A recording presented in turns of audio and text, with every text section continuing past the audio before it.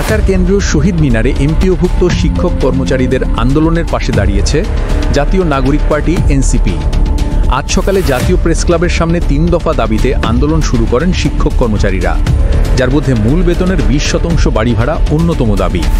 পরে পুলিশ তাদের ছত্রভঙ্গ করে দিলে তারা অবস্থান নেন শহীদ মিনারে।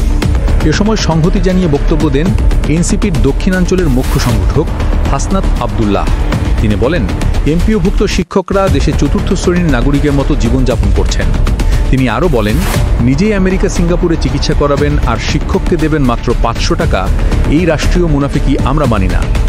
এনসিপি নেতারা শিক্ষকদের দাবি পূরণ না হওয়া পর্যন্ত আন্দোলন চালিয়ে যাওয়ার আহ্বান জানান। আর শিক্ষক কর্মচারীরা ঘোষণা দেন, দাবি আদায় না হওয়া পর্যন্ত দেশের সব এমপিওভুক্ত প্রতিষ্ঠানে শিক্ষা কার্যক্রম বন্ধ থাকবে। আপনারা যদি এমনই গুরুত্বপূর্ণ খবর জানতে চান, তাহলে আমাদের চ্যানেলটি সাবস্ক্রাইব করে পাশে থাকুন। আল্লাহ হাফেজ।